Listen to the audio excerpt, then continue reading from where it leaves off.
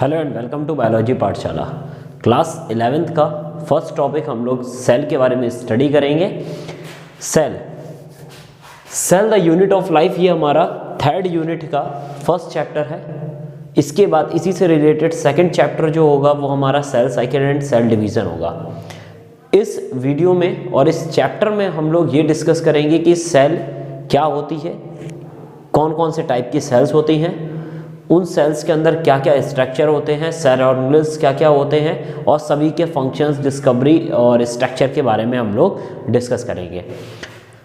अब हम लोग इस टॉपिक को स्टार्ट करते हैं। Living organism made up of cells, basic unit of life. Means जितने भी लिविंग ऑर्गेनिज्म होते हैं या फिर जितने भी लिविंग हो या जो पहले लिविंग थे और बाद में डेड हो गए हैं, उन सभी की जो बॉडी है या उन ऑर्गेनिजम्स की जो बॉडी होती है वो किसकी बनी हुई होती है? सेल्स की बनी हुई होती है। किसकी बनी हुई होती है? सेल्स की। इसीलिए सेल को क्या बोलते हैं? Basic unit of life. Means life की जो स्टार्टिंग है, उसका जो मेन फीचर है, जो मेन स्ट्रक्चर है, वो हमारा क्या होता है? सेल होता है। इसीलिए उसको बेसिक यूनिट ऑफ लाइफ बोला जाता है। अगर हम बात करते हैं सेल की डिस्कवरी को लेकर, तो सेल की डिस्कवरी हम लोग रॉबर्ट हुक से पढ़ते हैं। लेकिन ऐसा नहीं है कि रॉबर्ट हुक से पहले कोई साइंटिस्ट नहीं था जिसने इसकी डिस्कवरी नहीं करी थी। पहले एक साइंटिस्ट थे जिनका नाम था मार्सेलो मेलपीजी। ठीक, उन्हीं ने सबसे पहले 1661 में सबसे पहले सेल को ऑब्जर्व किया था। मीन्स सबसे पहले ये देखा था कि हाँ, कोई एक स्ट्रक्चर होता है जो सबसे छोटा होता है किसी भी लिविंग ऑर्गेनिज्म में। इसके बाद 1665 के अप्रॉक्स साइंटिस्ट आए जिनका नाम था रॉबर्ट हुक। रॉबर्ट हुक ने ये चीज़ को क्लियर किया कि हाँ, कोई भी चीज़ होती है वो हमारी सेल की बनी हुई होती है। लेकिन रॉबर्ट हुक ने जिस सेल को डिस्कवर किया था वो एक डेड सेल्स थी। कैसी थी? डेड सेल थी। इसके बाद जो एंटोनी वैन ल्यूवेनहॉक आए, उन्होंने लिविंग सेल को ऑब्जर्व किया था, लिविंग सेल को देखा था, बाकायदा स्ट्रक्चर। ठीक है, तो आपको कभी भी अगर बोला जाए कि सेल के बिहाफ पर आप डिस्कवरी बताइए, तो आप तीनों के बारे में ही बताएंगे, क्योंकि रॉबर्ट हुक सभी को याद होता है, लेकिन रॉबर्ट हुक से पहले मार्सेलो मेलपीजी थे। ठीक, तो सबसे पहले मार्सेलो मेलपीजी थे जिन्होंने सेल को ऑब्जर्व किया था और उन्होंने सेल को नेम दिया था, क्योंकि लैटिन वर्ड चल रहे थे उस समय। सेल को बोला था सैक्यूल्स। क्या नाम दिया था? सैक्यूल्स नाम दिया था। उसके बाद में आए थे रॉबर्ट हुक। रॉबर्ट हुक ने कैसे देखा था? उन्होंने अपनी बॉटल देखी थी। बॉटल के ऊपर जो ढक्कन लगा हुआ होता है, जैसे मान लीजिए ये बॉटल है, इस बॉटल को एक लकड़ी के ढक्कन से बंद किया जाता था। ये जो लकड़ी का ढक्कन है इसको बोलते हैं कॉर्क। इसको क्या बोलते हैं? कॉर्क। और ये जो कॉर्क का ढक्कन है, ये जिस प्लांट से बना था, ये है ओक ट्री। क्या है? Oak tree. ओक ट्री के प्लांट से एक कॉर्क बनाई गई थी। उस कॉर्क को बोतल के ऊपर रखा था। उसी बोतल के कॉर्क से हल्का सा उन्होंने क्या किया था? थिन स्लाइस लिया था। उस स्लाइस को अपने क्या कहते हैं, देखा था माइक्रोस्कोप नीचे, तो उनको क्या दिखे थे? कुछ इस तरीके के स्ट्रक्चर दिखाई पड़े थे। कुछ इस तरीके से हनी बी के कॉम्ब लाइक स्ट्रक्चर दिखाई पड़े थे। मीन्स हनी बी के जिस तरीके का छत्ता होता है ना, हाइव, तो उसी तरीके के कुछ स्ट्रक्चर दिखाई पड़े थे। लेकिन ये सभी स्ट्रक्चर्स बिल्कुल एम्प्टी थे। जिस बिहाफ पर उन्होंने बोला था ये जो स्ट्रक्चर है इनको क्या बोलते हैं? सेलुली बोलते हैं। लेकिन ये कैसे स्ट्रक्चर हैं? एम्प्टी स्ट्रक्चर है। मीन्स कैसी सेल्स हैं? डेड सेल्स हैं। और इस पूरे वाक्या को उन्होंने अपनी बुक में लिखा था, जिस बुक का नाम है माइक्रोग्राफिया।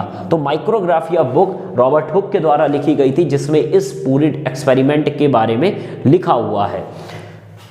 उसके बाद में एंटोनी वैन ल्यूवेनहॉक आए। एंटोनी वैन ल्यूवेनहॉक ने बोला कि जो सेल होती है वो स्ट्रक्चर और बेसिक यूनिट ऑफ लाइफ होती है। इसको उन्होंने बाकायदा प्रूव भी किया था। उन्होंने अपने ही माइक्रोस्कोप से कई सारी सेल्स के स्ट्रक्चर को देखा था, चाहे वो आरबीसी हो, चाहे स्पर्म हो, चाहे वो बैक्टीरिया हो। तो आरबीसी, स्पर्म, बैक्टीरिया ये एक लिविंग सेल्स हैं और इनको सबसे पहले एंटोनी वैन ल्यूवेनहॉक ने देखा था। इसके बाद कई सारी डिस्कवरीज धीमे धीमे आगे बढ़ती हुई चलती गई और उन्हीं में एन ग्रू आए। एक साइंटिस्ट हैं एन ग्रू, इनका नाम कई बार आप इसमें देख रहे हैं। उसके बाद में आप जब सेल डिवीज़न को देखेंगे तब वहाँ पर भी इनका नाम कई बार आएगा। तो एन ग्रू आए, इन्होंने सेल कॉन्सेप्ट दिया था। तो कभी कभार आपसे पूछा जाता है कि सेल कॉन्सेप्ट किसके द्वारा दिया गया था, तो एंड ग्रू के द्वारा दिया गया था, जिन्होंने बोला था कि जो ऑर्गेनिज्म है वो जिस स्ट्रक्चर से बना हुआ है वो सेल है, और बाकायदा उन्होंने प्रूव भी किया। उसके बाद रॉबर्ट ब्राउन ने किसकी डिस्कवरी करी? न्यूक्लियस की डिस्कवरी करी थी। किस प्लांट में करी थी? तो ऑर्किड के प्लांट में करी थी। पुरकिंजे जो है एक साइंटिस्ट है जिन्होंने बोला था कि प्रोटोप्लाज्म जो होता है ये जो होता है बेसिक यूनिट ऑफ लाइफ है, फिजिकल यूनिट ऑफ लाइफ है, फिजिकल यूनिट ऑफ लाइफ है। और इसको सपोर्ट किया था हक्सले के द्वारा, जूलियन हक्सले के द्वारा सपोर्ट किया गया था। अब बात करते हैं प्रोटोप्लाज्म होता क्या है, तो हम आपको ये चीज बाद में भी बताएंगे। प्रोटोप्लाज्म जो होता है वो सेल के बीचों बीच क्या होता है? न्यूक्लियस। सेल के अंदर का लिक्विड जिसको हम लोग बोलते हैं साइटोप्लाज्म, न्यूक्लियस के अंदर का लिक्विड जिसको हम लोग बोलते हैं न्यूक्लियोप्लाज्म। इन दोनों को अगर जोड़ दें तो जो स्ट्रक्चर लिक्विड स्ट्रक्चर है उसी को हम लोग क्या बोलते हैं? प्रोटोप्लाज्म बोलते हैं। सेल ये किसको बनाती है? ऑर्गेनिजम्स को। और इसी बिहाव पर ऑर्गेनिज्म को हम लोग दो डिविजन्स में हम लोग पढ़ेंगे। सबसे पहला जो होता है वो on the basis of number और on the basis of structure. Structure के आधार पर दो टाइप्स के ऑर्गेनिज्म होते हैं, एक प्रोकैरियोटिक एक यूकैरियोटिक, और उसके बाद में नंबर के बिहाफ पर यूनिसेलुलर और मल्टीसेलुलर। यूनिसेलुलर मतलब कि अगर मैंने ये सेल बना दी है, मींस अगर ये अमीबा है तो अमीबा कैपेबल है बॉडी की हर एक एक्टिविटी को करने के लिए, चाहे वो ग्रोथ हो, चाहे रिप्रोडक्शन हो, चाहे रेस्पायरेशन हो, चाहे वो डाइजेशन हो, चाहे रिप्रोडक्शन हो, हर चीज को करने के लिए एक सेल वाला अमीबा रिस्पॉन्सिबल होता है। मींस उसकी एक सेल या उसकी पूरी बॉडी के अंदर क्षमता होती है कि वो अपने अंदर की एक्टिविटी को कंट्रोल कर सके। तो ऐसे ऑर्गेनिज्म को हम लोग बोलते हैं यूनिसेलुलर ऑर्गेनिज्म। लेकिन मल्टीसेलुलर ऑर्गेनिज्म क्या होते हैं? जिनकी कई सारी सेल्स मिलकर कॉमन फंक्शन को परफॉर्म करें। अगर वो अलग हो जाएंगे तो वो कोई भी वर्क को नहीं कर सकते हैं। तो ऐसे ऑर्गेनिज्म हमारे क्या कहलाते हैं? मल्टीसेलुलर ऑर्गेनिज्म कहलाते हैं। प्रोकैरियोटिक, प्रो मतलब होता है पहले का, मतलब प्रोमिनिएंट, और कैरियो मतलब होता है न्यूक्लियस, जिनमें न्यूक्लियस वेल डेवलप्ड नहीं होता है। अच्छा, न्यूक्लियस वेल डेवलप्ड कैसे बोलते हैं? देखिए, जब आप आगे पढ़ेंगे तो न्यूक्लियस जो होता है वो चार चीजों का मिलकर बना हुआ होता है। सबसे पहले होती है न्यूक्लियर मेम्ब्रेन, फिर अंदर का जो लिक्विड मटेरियल होता है उसको बोलते हैं न्यूक्लियोप्लाज्म, उसके अंदर जो होता है हमारा क्रोमैटिन मटेरियल होता है, और सबसे अंदर होता है न्यूक्लियोलस। अगर न्यूक्लियस के अंदर ये चारों चीजें हैं, क्योंकि सबका अपना ही फंक्शन है, अगर ये चारों चीजें प्रेजेंट होती हैं तो ऐसे न्यूक्लियस को हम लोग वेल डेवलप्ड न्यूक्लियस बोलते हैं, जो हमारा यूकैरियोट्स में होता है, प्रोकैरियोट्स में नहीं। उसके बाद बात करते हैं सेल थ्योरी। सेल थ्योरी क्या चीज होती है? सेल क्या है? सेल के बारे में जो बताया गया था वही हमारी सेल थ्योरी कहलाती है। दो साइंटिस्ट थे, एक साइंटिस्ट 1838 में आए थे, दूसरे साइंटिस्ट आए थे 1839 में आए थे। 1838 में जो साइंटिस्ट आए थे ये जर्मन से थे और ये बॉटैनिस्ट थे जिनका नाम था एम स्लाइडन।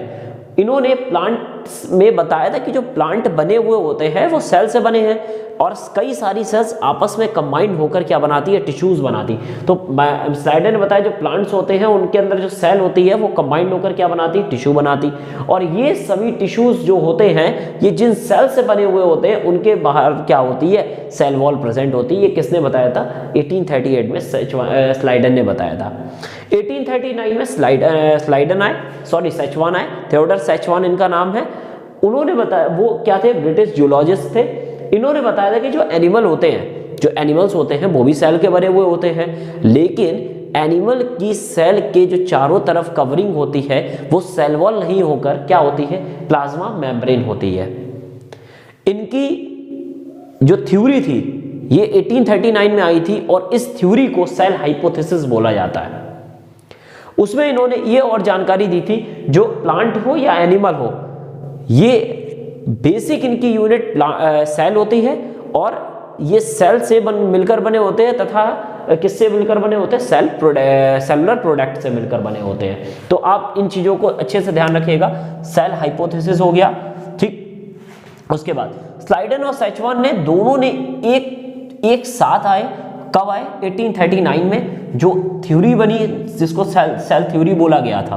अब इसमें क्या क्या पॉइंट्स थे?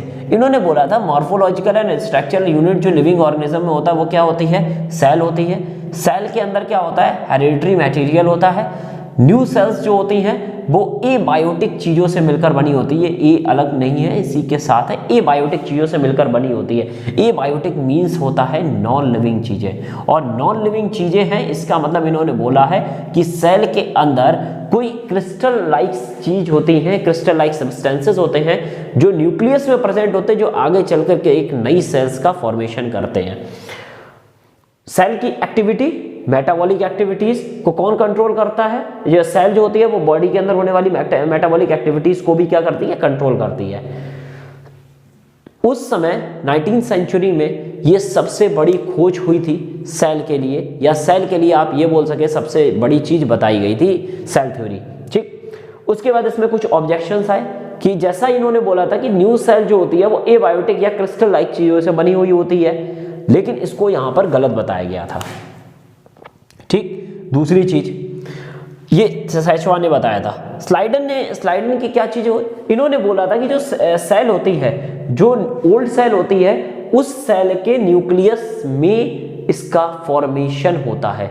तो सेल के न्यूक्लियस, जो पुरानी सेल है, जो ओल्ड सेल है, जो पहले से ही एग्जिस्ट कर रही है, प्री एग्जिस्ट जो सेल्स हैं, उन सेल्स के न्यूक्लियस के अंदर न्यू सेल का फॉर्मेशन होगा, ये स्लाइडन ने बताया था, और जिस वजह से इनकी थ्योरी को रिजेक्ट किया गया। सैचवान ने बोला कि जो पुरानी सेल्स होती है उसके अंदर कुछ क्रिस्टल लाइक सब्सटेंसेस बनते हैं जिस कारण से सेल का फॉर्मेशन होता है, इसको भी क्या किया गया था? रिजेक्ट किया गया था। कई सारे एक्सेप्शंस भी निकल के आए थे कि जो वायरस होते हैं उनमें तो भाई प्रोटीन और केवल न्यूक्लिक एसिड होता है, वहां पर कोई भी प्रोटोप्लाज्म जैसी चीज नहीं होती है।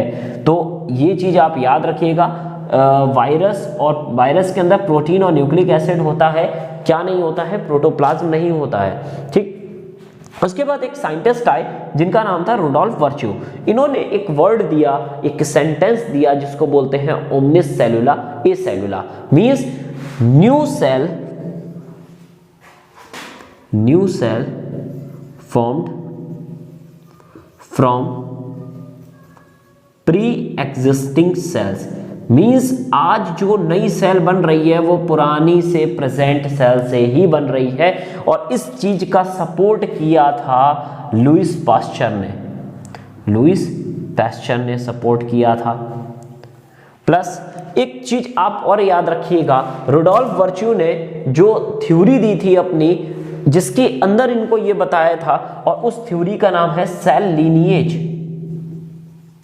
ये चीज बहुत पूछी जाती है, सेल लीनिएज क्या होता है। और देन सेल डॉक्ट्राइन और सेल प्रिंसिपल। सेल डॉक्ट्राइन और सेल प्रिंसिपल रुडोल्फ वर्च्यू के बाद में आने वाली मॉडिफिकेशन ऑफ सेल थ्योरी है, जिसको बोलते हैं सेल डॉक्ट्राइन या फिर सेल प्रिंसिपल, जिनमें यह बताया गया था कि हर एक सेल जो क्या करती है? ग्रोथ और डिवीजन करती है। हर एक सेल ग्रोथ और डिवीजन करती है, और डिवीजन करके ही न्यू सेल का फॉर्मेशन करती है। उसके बाद कई सारी सेल्स, किसी भी ऑर्गेनिज्म के अंदर कई सारी सेल्स जो आपस में जुड़ती हैं, जिनका फंक्शन एक जैसा होता है, इसीलिए हम कह सकते हैं सेल जो है वो फंक्शनल यूनिट ऑफ लाइफ है। ठीक, स्ट्रक्चरल यूनिट ऑफ लाइफ जो ऑर्गेनिज्म है उनके अंदर जो कई सारी सेल्स है वो आपस में जुड़कर एक कॉमन स्ट्रक्चर बनाते हैं, या उन सभी सेल्स का स्ट्रक्चर एक जैसा होता है, जिस वजह से इसको स्ट्रक्चरल यूनिट ऑफ लाइफ बोला गया। और ये तीनों पॉइंट जिस प्रिंसिपल में लिखे हैं वो सेल प्रिंसिपल या सेल डॉक्ट्राइन है। अब हम लोग यूकैरियोटिक सेल के बारे में पहले डिस्कस करेंगे। यूकैरियोटिक सेल क्या होती है? जिसमें वेल डिफाइंड न्यूक्लियस पाया जाता है। उसके बाद यूकैरियोटिक सेल के बाद में हम लोग प्रोकैरियोटिक सेल के बारे में डिस्कस करेंगे।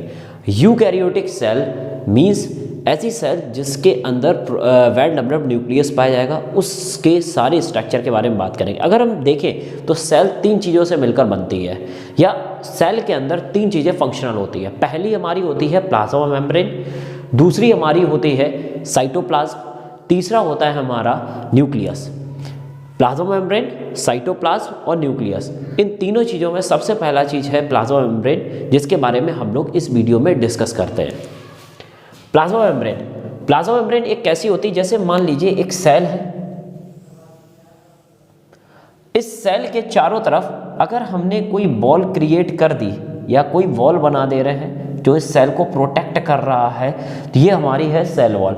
इस सेल वॉल और साइटोप्लाज्म के बीच में जो साइटोप्लाज्म हमारा अंदर भरा हुआ है, ठीक है, ये पूरा क्या है, साइटोप्लाज्म भरा हुआ है, और जो बीच में ये पतली सी लेयर है, इसी लेयर को हमने क्या नाम दे दिया, प्लाज्मा मेम्ब्रेन नाम दे दिया, या फिर हम लोग इसको क्या बोलते हैं, सेल मेम्ब्रेन भी बोलते हैं।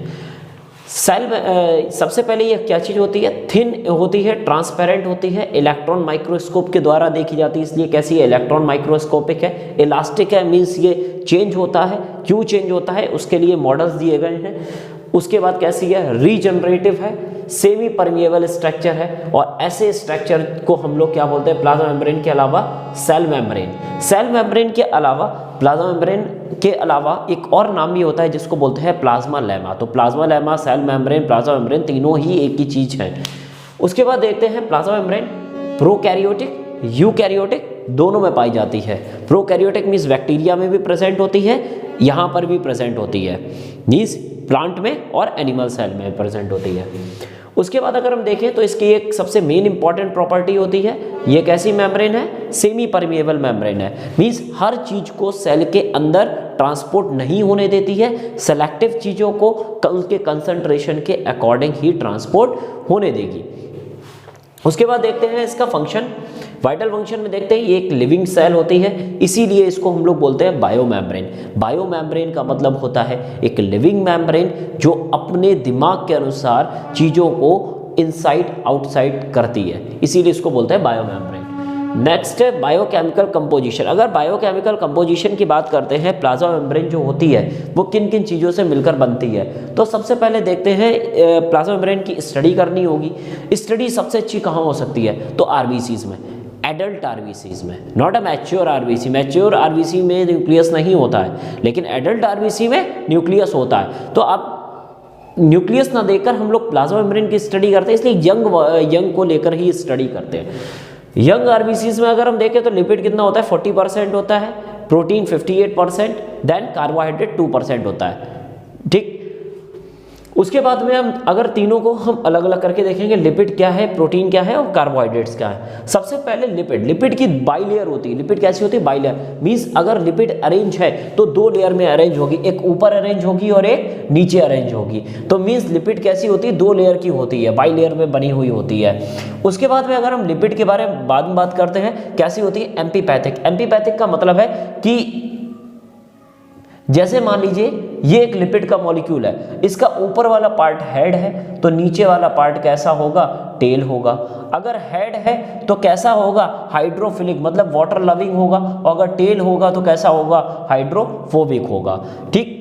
हाइड्रोफोबिक और हाइड्रोफिलिक जब दो लेयर्स होती हैं, इन दोनों के बीच में क्या होता है, एक्वस एनवायरनमेंट होता है, मींस एक्वस फ्लूइड होता है जो इन चीज़ों को आदान प्रदान करने में मदद करता है। उसके बाद में अगर हम देखें तो लिपिड के बाद में अगर हम देखें तो अच्छा, अब बात करते हैं कि लिपिड जो मॉलिक्यूल्स होते हैं वो किसके बने हुए होते हैं। तो लिपिड मॉलिक्यूल्स जो होते हैं वो फॉस्फोलिपिड के बने होते हैं और कोलेस्ट्रॉल के होते हैं। जो लिपिड मॉलिक्यूल्स या लिपिड की बाइलेयर होती है वो फॉस्फोलिपिड और कोलेस्ट्रॉल की बनी होती है। अगर हम देखें तो इसमें फॉस्फोलिपिड में अगर मेन एलिमेंट देखें तो इसमें लेसाइथिन सबसे इंपॉर्टेंट होता है। लेसाइथिन जो होता है वो सबसे इंपॉर्टेंट होता है जो यहाँ पर प्रेजेंट होता है।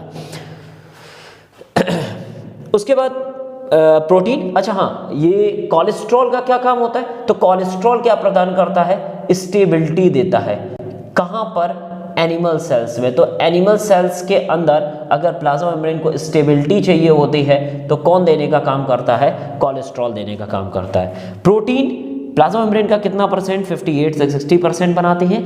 सिग्नर ने इसको डिस्क्राइब किया था, 1971 में डिस्क्राइब किया था। उन्होंने बताया था प्लाज्मा मेम्ब्रेन जो बाइलिपिड लेयर का बना हुआ होता है वहाँ पर कुछ प्रोटीन्स भी पाई जाती हैं। ये प्रोटीन्स अंदर और बाहर दोनों साइड प्रेजेंट होती हैं, इसीलिए इन दो पार्ट के अलावा जो अंदर होती हैं उनको इंट्रिंसिक बोलते हैं, जो बाहर होती है उसको एक्सट्रिंसिक बोलते हैं। पेरीफेरी मतलब बाहर होंगी, ठीक। कहाँ पर, आउटर साइड और इनर साइड किसके, फॉस्फोलिपिड के। फॉस्फोलिपिड्स के मतलब कि अगर हम आपसे ये बोल दें जैसे ये फॉस्फोलिपिड के मॉलिक्यूल्स, इनके बाहर भी होती हैं और इनके अंदर भी होती है। बाहर वाली की अगर हम बात कर रहे हैं तो कैसी है, एक्सट्रिंसिक, और अगर इसकी बात करेंगे तो कैसी होगी, इंट्रिंसिक होगी। उसके बाद टोटल प्रोटीन अगर 60% है तो इस 60% का 30% कौन बनाता है, एक्सट्रिंसिक प्रोटीन, बचा हुआ 70% कौन बनाता है, इंट्रिंसिक प्रोटीन बनाता है। इसको आप इजीली सेपरेट कर सकते हो, अगर हमें हटाना है तो इसको बाहर से आसानी से हटाया जा सकता है क्योंकि ये लूजली अटैच्ड होता है, लेकिन इसको आसानी से नहीं हटाया जा सकता है। अब हम बात करते हैं ये प्रोटीन्स कैसी कैसी, कहाँ पर कौन सी प्रोटीन, जैसे सबसे पहले स्पेक्ट्रिन प्रोटीन। स्पेक्ट्रिन एक एक्सट्रिंसिक प्रोटीन है जो हमारी आरबीसी में देखने को मिलती है। एसिटाइल कोनिट्रेज जो होती है ये जो आपको न्यूरॉन्स में देखने को मिलती है, और एटीपीएज जो है हमारी ये माइटोकॉन्ड्रिया में देखने को मिलती है। उसके बाद अगर हम देखें तो कार्बोहाइड्रेट्स की बात करते हैं तो कार्बोहाइड्रेट 1 to 5% बनता है। हेक्सोज, हेमीसेलुलोज, फ्यूकोज, सैलिक एसिड, ये सभी जो हैं ये कार्बोहाइड्रेट्स हैं जो एक्सट्रिंसिक प्रोटीन पर अटैच्ड होते हैं। ठीक, जब ये एक्सट्रिंसिक प्रोटीन पर अटैच्ड होते हैं तो इनको ग्लाइकोप्रोटीन्स बोला जाता है। बाई चांस अगर ये प्रोटीन्स पर ना अटैच्ड होकर के लिपिड पर अटैच्ड होते हैं तो इसको ग्लाइकोलिपिड बोलते हैं। तो ग्लाइकोप्रोटीन और ग्लाइकोलिपिड। ठीक, अब बात करते हैं प्लाज्मा मेम्ब्रेन के कुछ मॉडल्स के बारे में। कुछ मॉडल्स दिए गए थे जो ये बताते हैं कि प्लाज्मा मेम्ब्रेन का स्ट्रक्चर कैसा है। पहला है सैंडविच मॉडल, दूसरा है यूनिट मेम्ब्रेन, तीसरा है float mosaic model. Sandwich model Denali और डेफसन के द्वारा दिया गया था 1935 में। उसके बाद में यूनिट मेम्ब्रेन मॉडल आया था जो रॉबर्टसन के द्वारा दिया गया था। देन आया है फ्लोट मोज़ेक मॉडल जो अभी तक चल रहा है। सैंडविच मॉडल की बात करें तो इसमें बोला गया था कि जो प्लाज्मा मेम्ब्रेन होती है वो लिपिड और प्रोटीन से बनी होती है, लेकिन यहाँ पर लिपिड और प्रोटीन कैसे अरेंज होते हैं वो जरा समझिए। यहाँ पर बोला गया था जो प्लाज्मा मेम्ब्रेन होती है वो किस तरीके से, मतलब कि प्रोटीन की 2 लेयर होती हैं जिनके बीच में क्या होते हैं, लिपिड बहता है। यहाँ प्लाज्मा मेम्ब्रेन की लिपिड की 2 लेयर नहीं, प्रोटीन की 2 लेयर बताई गई थी, और जहां पर क्या होते हैं ये इस तरीके से अरेंज होते हैं। इस बिहार पर अगर हम देखें तो बोला जाता था प्रोटीन या फिर लिपिड बीच में अरेंज है। तो लिपोप्रोटीनियस लेयर है, ट्राइलेमिनर मतलब कि 3 लेयर्स में अरेंज है, जिसमें 2 लेयर प्रोटीन की है, 1 लेयर लिपिड की। जो प्रोटीन्स यहाँ लगी हैं ये अल्फा प्रोटीन्स है, या फिर ये बोलते हैं इनका स्ट्रक्चर कैसा है, ग्लोबुलर है, इसीलिए ग्लोबुलर प्रोटीन्स है। उसके बाद में अगर हम देखें तो ये जो लिपिड्स हैं इसमें जो फॉस्फोलिपिड्स मॉलिक्यूल्स है, यहाँ हाइड्रोफिलिक है, ये ग्लिसरॉल वाला पार्ट है, और हाइड्रोफोबिक का कौन सा पार्ट है, फैटी एसिड्स का पार्ट है। जबकि हम देखते हैं कि लिपिड में कौन सा मॉडल, जब हमारा फ्लूइड मोज़ेक मॉडल आएगा तो वहां पर फॉस्फोलिपिड और कोलेस्ट्रॉल इसको बनाने का काम करता है। ठीक, हेड है और टेल। उसके बाद यूनिट मेम्ब्रेन मॉडल, इसको रिजेक्ट कर दिया गया था। रिजेक्ट, अब बात करते हैं ये रिजेक्ट क्यों किया गया था, क्योंकि सबसे पहले तो ये एक्टिव ट्रांसपोर्ट की मैकेनिज्म को नहीं बता पाया था, जिस कारण से इसको रिजेक्ट कर दिया गया था। नेक्स्ट है यूनिट मेम्ब्रेन मॉडल। प्रोटीन यहाँ पर ग्लोबुलर थी, यहाँ पर कैसी है, फाइब्रस प्रोटीन है, यहाँ पर अल्फा है, यहाँ पर बीटा, तो बीटा फाइब्रस प्रोटीन्स बताए गए। उसके बाद उन्होंने ये कहा कि भाई ऐसा है जो प्रोटीन जो लगी हुई होती हैं ये हमेशा इस तरीके से ना होकर ऐसी लेयर में अरेंज्ड होती हैं, लेयर में इस तरीके से। तो इस मॉडल को भी क्या कर दिया गया था, रिजेक्ट कर दिया गया था। Sandwich model, unit membrane model को एक साथ लैमिलर मॉडल बोलते हैं। क्या बोलते हैं, लैमिलर मॉडल। नेक्स्ट आता है fluid mosaic model. Fluid mosaic model Jonathan Singer और निकोलसन के द्वारा दिया गया था। इसमें बताया गया था कि फ्लूइड जो फॉस्फोलिपिड्स होती हैं ये 2 लेयर होती हैं, और प्रोटीन जो होता है वो इनके बीच में फैला रहता है, और कुछ प्रोटीन बाहर साइड भी प्रेजेंट होता है, जैसा हम लोगों ने देखा है एक्सट्रिंसिक और इंट्रिंसिक। ये हमारा एक्सट्रिंसिक प्रोटीन्स है, और ये हमारे जो है ये इंट्रिंसिक प्रोटीन है। ये केवल हमारा एक्सट्रिंसिक है जो बाहर है, और बाकी ये जितने भी हैं ये इंट्रिंसिक प्रोटीन्स है। उसके बाद जो फॉस्फोलिपिड की प्रोटीन्स है, जो फॉस्फोलिपिड के या लिपिड मॉलिक्यूल्स हैं, ये कभी कभार क्या करते हैं, मूवमेंट करते हैं। मूवमेंट 2 टाइप का होगा, अगर अपनी पोजीशन पर रहकर ही कुछ चेंजमेंट हो, मीन्स ये वाला लिपिड इधर चला जाए, ये वाला इधर चला जाए, ये वाला मतलब कि अपनी ही लेयर में अरेंजमेंट हो रहा हो या मूवमेंट हो रहा हो, तो ये ट्रांजिशन है। अगर ये वाला लिपिड का मॉलिक्यूल इधर आ जाए, ये वाला इधर चला जाए, तो इस प्रकार का मूवमेंट हमारा क्या है, फ्लिप फ्लॉप मूवमेंट। ये पूछा जाता है, एक बार पूछा भी जा चुका है CPMT में या नीट में, जो अब नीट बोला जाता है। प्रोटीन अरेंज है, उसके बाद कार्बोहाइड्रेट आउटर सरफेस पर लगते हैं, भी इनर सरफेस पर नहीं, आउटर पे ही लगेंगे, चाहे वो प्रोटीन पर लगे या फिर लिपिड पर लगे। नेक्स्ट, एनिमल की स्टेबिलिटी को देने के लिए यहाँ पर कोलेस्ट्रॉल के मॉलिक्यूल्स प्रेजेंट होते हैं, जो इस तरीके से यहाँ पर ये लगे हुए हैं।